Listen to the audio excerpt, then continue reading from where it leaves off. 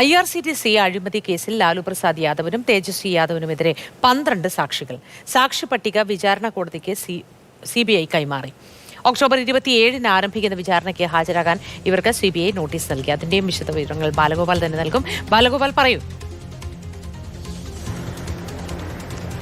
ബീഹാർ നിയമസഭാ തെരഞ്ഞെടുപ്പ് പുരോഗമിക്കുന്നതിനിടയിലാണ് ഇപ്പോൾ ലാലു പ്രസാദ് യാദവിനും മകൻ തേജസ്വി യാദവിനുമെതിരായുള്ള കേസിന്റെ വിചാരണ നടപടികൾ വേഗത്തിലാക്കുവാൻ വേണ്ടി CBI തീരുമാനിച്ചിരിക്കുന്നത്.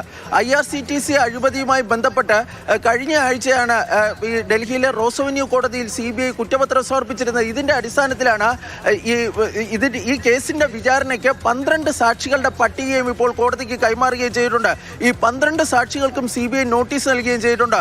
ഒക്ടോബർ 27-ന് വിചാരണ ആരംഭിക്കുമെന്നും അന്നേ ദിവസം കോടതിയിൽ ഹാജരാകുവാനുമാണ് ഈ സാക്ഷികളോട് ഇപ്പോൾ നിർദ്ദേശിച്ചിരിക്കുന്നത്.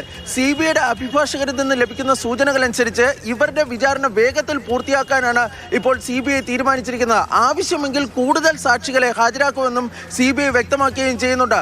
നവംബർ 14-ന് മുമ്പ് തന്നെ ഈ വിചാരണ നടപടികൾ പൂർത്തിയാക്കുന്ന, അതായത് ഈ സാക്ഷി വിസ്താരം പൂർത്തിയാക്കുന്നതിനുള്ള നടപടികളിലേക്കാണ് ഇപ്പോൾ CBI കടന്നിരിക്കുന്നത്. അതായത് ബീഹാർ നിയമസഭാ തെരഞ്ഞെടുപ്പിന്റെ നടപടികൾ പൂർത്തിയാകുന്നതിന് മുമ്പ് തന്നെ സാക്ഷി വിസ്താരം പൂർത്തിയാക്കാനുള്ള ഒരു ശ്രമമാണ് CBIയുടെ ഭാഗത്ത് നിന്ന് ആരംഭിക്കുകയും ചെയ്തിരിക്കുന്നത്. ഏതായാലും ഈ തെരഞ്ഞെടുപ്പ് കൊടുമ്പിരിക്കൊള്ളുന്നതിനിടയിൽ